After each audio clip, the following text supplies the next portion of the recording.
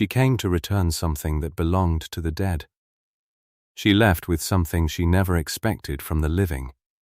A grey October afternoon in Sussex, in the year 1816, brought a plain hired chaise up the long avenue to Wrexford Park, and the woman who stepped down from it carried nothing with her but a small locked writing box and the settled, careful composure of a person determined to be gone before the light failed. Helena Marsh had been a widow 8 months, the relict of a modest country clergyman who had left her a small competence and a great deal of quiet, and she had spent those 8 months, among her other griefs, coming slowly to a decision she had put off for 3 years before that a box of another man's love letters had no honest place in a widow's keeping, however dearly she had guarded it, and that the only decent course left to her was to carry them back to the family they belonged to and be done with the keeping of them at last.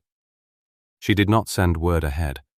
She had thought, on the long grey drive from her small house near Lewes, that a visit unannounced was easier to survive than one dreaded for a week beforehand, and she meant, when the butler showed her into the cold front hall of Rexford Park, to leave the box with whatever steward or secretary handled such matters and be gone again before dark, without ever once troubling the Duke himself with the particulars of what she carried or why.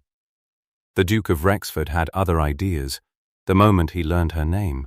Gideon Ashworth was 35, dark-haired and quiet-mannered, a man the county considered admirably composed in the 3 years since his younger brother's death, and privately, among the few who knew him well, a man who had simply never once let himself properly grieve. Richard Ashworth had died at 28, 3 years before, in a fall from a difficult horse on a wet November road, an accident, the family always said, a foolish risk taken at speed on ground he knew better than to ride so hard, and the county had accepted the accident's plain, unhappy shape and moved, as counties do, on to other griefs. Gideon had never quite accepted it himself. His brother had ridden that same difficult road at speed 100 times before without mishap, and had, in the weeks before his death, been in a low, closed, private misery that no one in the family had ever troubled to ask him about, because the Ashworths, like the Ravensworths and half the great houses of England, had been raised to believe that unhappiness, examined too closely, became unhappiness confessed, and confession was a thing gentlemen did not require of one another. Mrs. Marsh, the butler announced, in the doorway of the small drawing-room where Gideon sat over his afternoon correspondence, "Come, about a private matter, Your Grace. She asks only to leave something in the family's keeping and be shown out again." The name meant nothing to Gideon at first. A modest widow's name, unremarkable, unplaced. It was the writing box under her arm that caught his eye when he came out into the hall to receive her properly. For it was a box he recognized at once, having seen it 100 times on his brother's own writing table in the years before Richard's death. Plain rosewood, brass-cornered, the lock a simple thing any determined child could have picked, and Richard had kept it locked anyway, and had told no one, not even his own brother, what it held. That was Richard's box, Gideon said, before he could stop himself, and something moved across the widow's composed face, quick, controlled, but unmistakable, that told him at once he had found, entirely by accident, the answer to a question he had not known he still carried after 3 years. "It was, Your Grace," Helena said. "It is not, any longer. I have come to return what is in it. I hope to leave it with your steward and trouble you no further, but since you have asked plainly, I find I would rather not lie to a man about his own brother's belongings." She held the box a little tighter. "I do not intend to stay past this afternoon." But before Helena Marsh's chaise could turn back down the long avenue that evening, the whole of Rexford Park would learn precisely how false that intention was. For the Duke of Rexford had no intention whatsoever of letting the one witness to his brother's true unhappiness walk back out his door unread and unquestioned. He asked her into the small drawing-room, and had tea brought, and sat across from her with the rosewood box on the table between them like a held breath. And for a long moment neither of them reached for it. 3 years I have believed my brother died of a foolish accident on a road he knew better than to ride so hard. Gideon said at last. I have never fully believed it, Mrs. Marsh, not for 1 hour of those 3 years, because I knew Richard, and a man does not ride a familiar road to his death by simple bad luck when he has spent the month before it white and silent and refusing his own family's company. I think you know why he was silent. I think that box holds the reason. I am asking you, plainly, whether you mean to let me read it, or whether you mean to carry it back out that door and leave me exactly as ignorant as I have been these 3 years. Helena Marsh sat very still, her hands folded in her lap, and the narrator will tell you that in that stillness lay the whole weight of the choice before her, for she alone, of every soul living, held the answer to what had truly broken Richard Ashworth in the last month of his life, and she had carried that answer 3 years as a private grief rather than a shared one, and the giving of it now was not a small thing to ask of her. Whatever the Duke's plain need of it, I will tell you the truth of it, she said at last, but you will hear it from me first, in my own words, before you read a single line in his hand, because a letter read cold tells only half a story, and I find I owe your brother's memory the whole of it. She drew a slow breath. Richard and I were acquainted 6 years ago, Your Grace, before either of us was what we became. I was 21, a country solicitor's daughter with no fortune worth naming, and your brother was 23 and not yet the heir presumptive he became upon your own father's decline in health. And we fell in love, in the plain, unremarkable way young people do, who have not yet learned what the world will and will not permit them. He asked me to marry him in the summer of 1810. I said yes before I had thought once about what it would cost either of us. What happened? Gideon said. Lo, your mother happened, Your Grace, if you will forgive my plainness. Helena's chin lifted slightly. The old Duchess learned of the understanding within a fortnight and came to my father's house herself. She did not shout. She did not need to. She explained, with perfect civility, precisely what a match beneath his standing would cost a young man who might, God willing, one day inherit a dukedom, the whispers, the diminished credit at every good house in England, the certainty that his own children would be received coldly for their mother's low birth. She did not ask me to give him up. She informed me that she had already told Richard the match was ended, and that he had agreed, out of duty to his family, not to see me again, and that the kindest thing I could do for a man I claimed to love was to let him believe I had lost interest of my own accord, rather than let him spend his life resenting a duty he had been made to choose over me. Her voice, though steady, had gone very quiet. I believed her. I let him think it. I married a good, kind, unremarkable clergyman 2 years later, because a solicitor's daughter with a broken understanding behind her has few better offers, and I told myself I had done the decent thing. Gideon Ashworth sat with his tea going cold in his hand, and felt the whole architecture of what he had believed about his brother's happy, dutiful, unremarkable young manhood begin, quietly to come apart. He never stopped writing to you, he said. It was not a question. He never stopped, Helena said.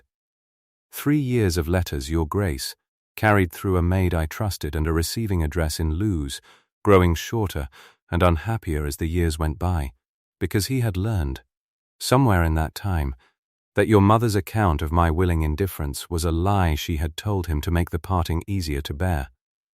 And once he knew I had never stopped loving him, and had only ever been made to seem as though I had, the unhappiness he carried was not the ordinary grief of a lost sweetheart. It was the particular unbearable grief of a man who understood he had been managed, by his own mother, into abandoning the one thing he actually wanted. For the sake of a family standing he had never once asked to be protected quite so ruthlessly.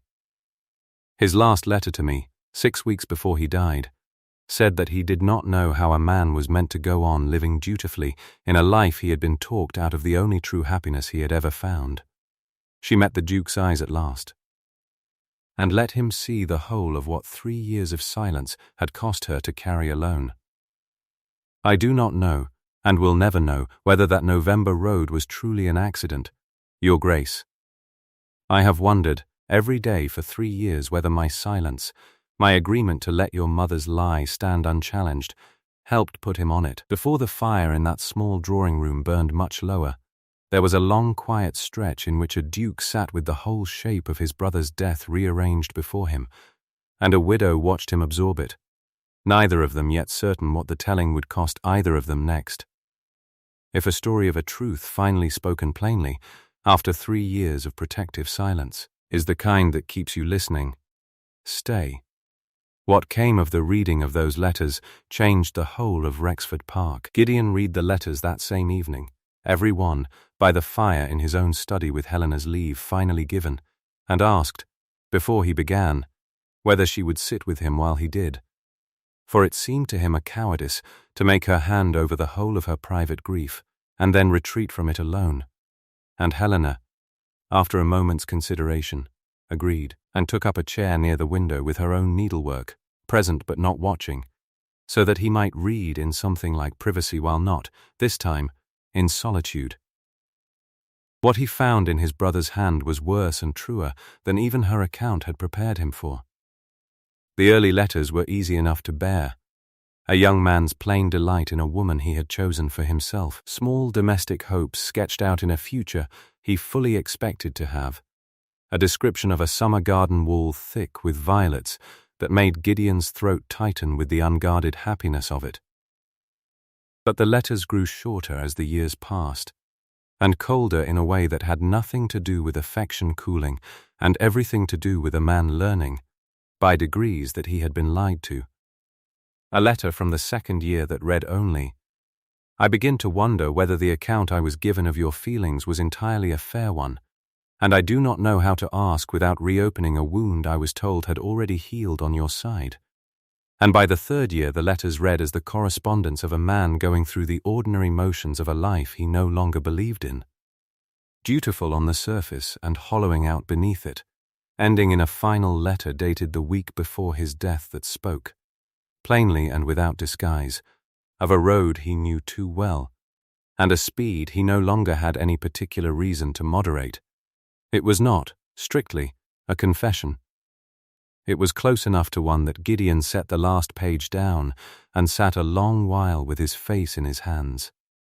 And Helena rose from her chair by the window and came to sit beside him without a word, her hand resting light on his shoulder, offering the same quiet, unhurried presence she had once given strangers' feverish children, until he could master himself enough to speak again. 3 years, Gideon said at last, hoarse. I have told myself it was bad luck, a wet road, a hard rider, nothing more sinister than poor judgment on a difficult horse. I find I would rather have believed that forever than know what I know now, that my own mother's management killed him as surely as the fall did, one lie compounding another until there was no honest ground left under him at all. You could not have known, Helena said, and knowing now does not undo it. But it does mean he is not, any longer, only the brother the county remembers as unlucky.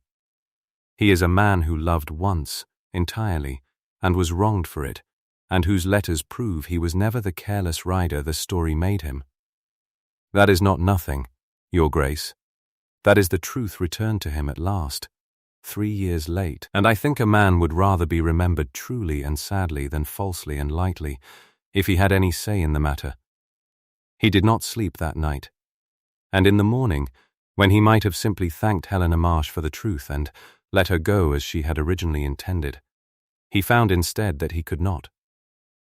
Not because of guilt alone, though there was guilt in it, but because in the course of one long evening's reading he had come to know, through Richard's own grieving hand, precisely the sort of woman his brother had loved and lost, and had found himself, against every expectation, moved by her as thoroughly as his brother once had been. He asked her, before the household had fully woken, to walk with him in the cold garden while he found the words for what he wished to say.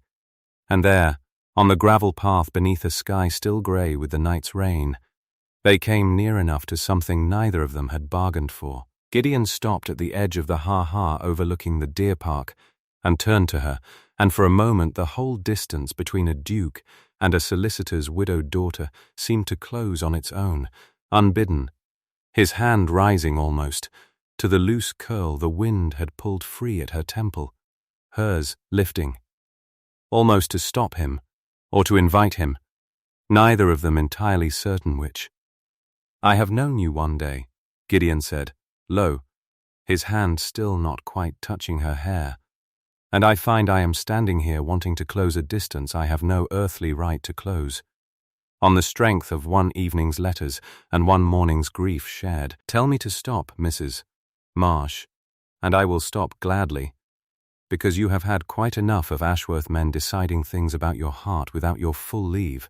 "Then do not close it yet," Helena said, though her voice was not quite steady either, "because I find I am not entirely certain myself whether I want you to stop, or whether 3 years of careful widowed composure are simply making very poor work of hiding that I do not." She stepped back first, of the two of them, breathing as though she had run some distance, and the moment held a beat longer in the cold morning air before either of them moved again. The whole unbearable nearness of it, wanted and withheld in the same breath. "Give me today, your grace. Only today. I find I have been managed into decisions by Ashworths once before, and I would rather choose this one slowly, with my whole wits about me, than have it happen to me a second time in one lifetime, however differently you mean it." Today Gideon agreed, and stepped back himself, and neither of them spoke of it again that morning, though the air between them, from that hour on, carried a charge it had not carried the evening before. "You cannot leave this morning," Gideon said, when she came down prepared to call for the chaise. "Not because I require anything further of you, Mrs. Marsh, because I find, having read what my brother wrote of you, that I understand for the first time why a man would ride a wet road too fast rather than live a whole life without you in it, and I do not think I am prepared to let you vanish back to Lewes, having only ever been to this family. A grief we mismanaged, and a truth we finally forced you to hand over."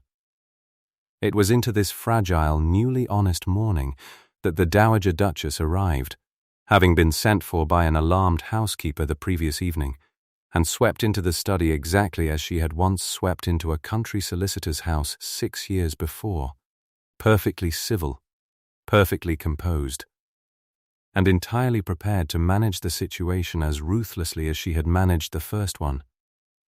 "I understand you have been telling my son a very particular story, Mrs.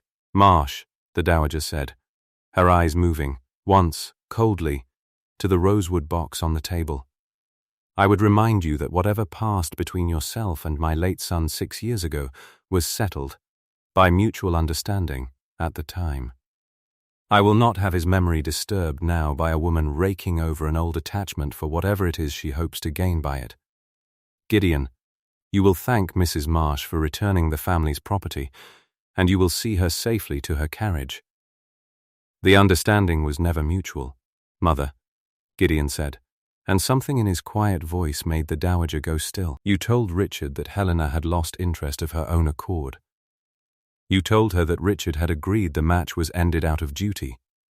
Both were lies told separately to two people who loved each other and would have gone on loving each other honestly if you had simply let them, and I have spent the whole of last night reading, in my own brother's hand, exactly what those 2 lies cost him.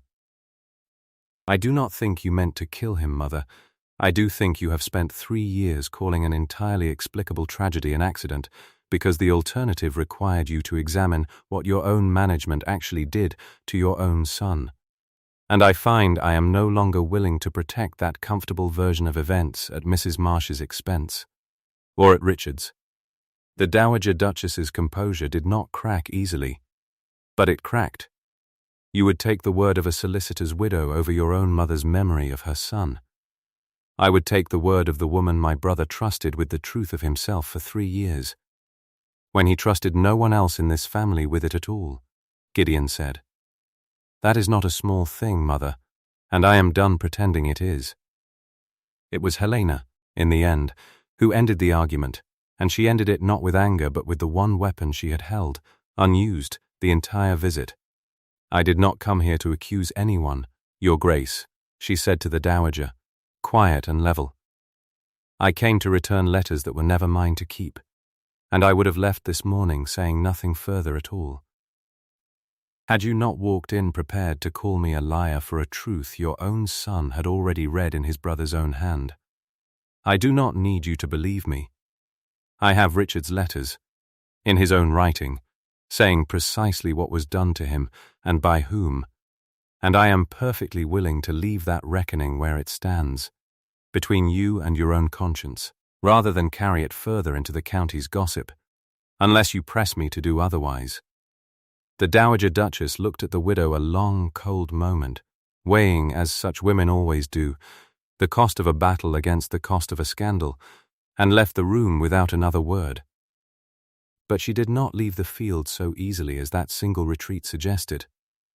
For a woman who has spent 6 years managing outcomes by quiet civility does not surrender her son's dukedom to a solicitor's widow without one further move, and the Dowager Duchess made hers 3 days later. In the one arena where she had always held the advantage, the county's good opinion. She engineered, with the same cool efficiency she had once brought to bear on a country solicitor's house, an invitation for Gideon to the Assizes ball at Lewes, an event she knew Helena, still in her 8 months' half-mourning and entirely unconnected to county society, could have no proper standing to attend uninvited. And she arrived herself on Gideon's arm before he could refuse her escort without a scene, prepared to remind the assembled gentry, in carefully wounded tones, exactly who Mrs. Marsh had once been to the late Master Richard, and to let the county's own appetite for scandal finish the work of driving the widow out of Sussex for good. It is only fair the county understands, the Dowager said, loud enough to carry to the nearest knot of matrons, once the dancing had begun and Gideon had been seen, pointedly dancing with no one, that the woman my son has lately taken up with was once a very determined young person who set her cap at my late son Richard, quite beneath his expectations, and that some families are simply unfortunate enough to see the same ambitious history repeat itself a generation later. She sighed delicately for the benefit of her listeners. I do not blame Gideon. Grief makes fools of the best men. But I confess I fear for what an unconnected widow with a talent for attaching herself to Ashworth brothers may yet cost this family's name. It was expertly done, and it very nearly worked, for a county ballroom loves nothing so much as a fresh scandal wrapped in a mother's wounded civility, and Gideon watched the murmurs spread outward from the Dowager's little circle like ripples across still water. Watched the very same matrons who had called on Wrexford Park with condolence baskets 3 years before now leaning close to repeat a story that cast Helena Marsh as a scheming fortune huntress twice over. He crossed the ballroom floor before the murmur could travel a single circle further. My mother has just told you, Gideon said, loud enough that the musicians faltered and the dancing itself came raggedly to a halt, that Mrs. Marsh set her cap at my brother beneath his expectations. I would like the room to hear the rest of what my mother has not told you, that it was my mother herself who ended that attachment 6 years ago, by telling each of 2 young people in love that the other had lost interest, a lie told twice to spare this family a connection she judged too modest, and that my brother carried the wound of that lie, undisclosed, for 3 years until it rode him into a wet November road, at a speed no sensible man takes without a reason. I have his own letters, in his own hand, proving every word of it, and I will show them to any magistrate or bishop in this room who doubts me before I will stand here and let my mother finish making a scapegoat of the one woman my brother ever loved honestly.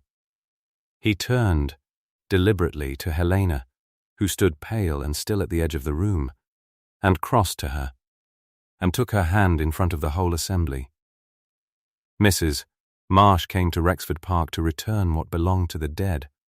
Out of a decency this family has done precious little to deserve. I mean to keep her, in the open, as what she is, a woman my mother wronged once, and will not wrong twice while I have breath to prevent it. The ballroom, which one moment before had been humming with the Dowager's careful poison, went entirely silent, and then, the way a county's good opinion can turn as quickly as it once condemned, began, in scattered pockets, to applaud. For there is nothing the same gentry loves so well as a wronged woman publicly vindicated by a duke's own unguarded voice. And by the time the musicians found their courage to strike up again, the story travelling out of that ballroom was no longer the Dowager's carefully wounded version, but Gideon's plain, furious one. And it was the Dowager Duchess, not Helena Marsh, who left the Lose Assizes ball early and alone. She left Rexford Park entirely within the fortnight, retiring to her dower house at Ashcombe. And the county was given to understand only that the Dowager had found the great house's management wearying and preferred a quieter establishment, which was, Gideon reflected, very nearly the first honest silence that family had ever kept, though it was Helena, more than the county's gossip, who had finally forced it. Tucked into the last of Richard's letters, pressed flat and faded to the colour of old parchment, Gideon found a single white violet, and Helena, when he showed it to her, went very still. "He picked that for me the last summer we were together," she said, "from the bank below my father's garden wall. I never told him I noticed him do it. I have thought of it every year since, whenever the violets come up wild along that same wall, and wondered whether he remembered doing it at all by the time she could not finish the sentence, and did not need to. He kept it 3 years, Gideon said gently, in the same box he kept every letter you ever sent him. I do not think a man keeps a flower that long without remembering exactly why he picked it. He set it carefully back between the pages. I find, Mrs. Marsh, that I do not want to hand you back an empty box and a settled account and see you drive away to lose. I have spent 3 years grieving a brother I did not fully understand, and one single day understanding him better than I ever have, and I find both of those things are bound up entirely in you. Stay. Not for one more night, and not to satisfy any duty to a dead man's memory. Stay because I find, extraordinary as it is to say after one day's acquaintance, that I have fallen quite entirely for the woman my brother loved wisely, and I would be a great fool to let history repeat itself only in reverse. Helena Marsh looked at the pressed violet, 3 years kept, and never once forgotten, and at the Duke who had spent one long night dismantling his own family's comfortable lie rather than let her carry the truth away unthanked, and she felt something in her that had been frozen since a country solicitor's house 6 years before finally, carefully, begin to thaw. I did not come here for this, she said. No, Gideon agreed. You came to return something that belonged to the dead. I am asking you to consider staying for something that belongs, entirely to the living. He held out his hand, palm open, the way a man offers something rather than takes it. Will you stay, Helena? Not as a ghost of what my brother lost. As yourself, plainly, for as long as you will have me. The kiss she gave him then, in the firelit study with the rosewood box closed at last between them, was quiet and unhurried. And what broke open in Helena was the plain astonishment of being wanted for herself.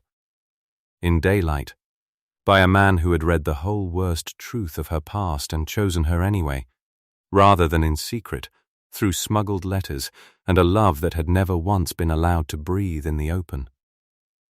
They were married the following spring, quietly, at the small Lewes church where Helena's first husband lay buried, because she would not pretend that chapter of her life away, and Gideon understood, by then, that a woman who had once been managed into silence deserved a marriage where nothing was ever managed for her again. He asked her plainly, every important question of their life together from that day forward, and waited, every time, for her whole honest answer rather than assuming it, a small daily discipline that cost him nothing and meant. To a woman who had twice been told what she felt by people who had never once asked her, everything. News reached them the following winter that the Dowager Duchess had settled quietly into her life at Ashcombe, taking up, in her retirement, the sort of good works, a school for tenant daughters, a subscription library, that a woman does when she has been stripped of one kind of influence and finds she must build herself a smaller, gentler kind to occupy the years remaining to her. She and Gideon corresponded civilly, at a careful distance, and she never once came to Wrexford Park again while Helena lived there, which both of them found, on the whole, a mercy rather than a wound. They kept Richard's rosewood box on the library shelf at Wrexford Park, unlocked now, its violet pressed safe inside among his letters, which Gideon had bound in a plain ribbon rather than hidden away, so that any child of the house who asked after the uncle they had never known might be told the whole truth of him, rather than the tidy accident the county once believed. A portrait of Richard, which had hung dim and little regarded in a back corridor for 3 years, was moved that same spring to a place of honor in the front hall, and Gideon took to stopping before it some mornings on his way out to the stables, the way a man greets a brother he has finally been permitted to properly grieve. Their first daughter, born the following autumn, was christened Violet, over the mild protest of an aunt who thought it an odd name for a duke's child and considerably too sentimental by half. A protest Gideon and Helena bore with perfect equanimity, since neither of them had any intention of explaining the joke to anyone who had not read the letters themselves.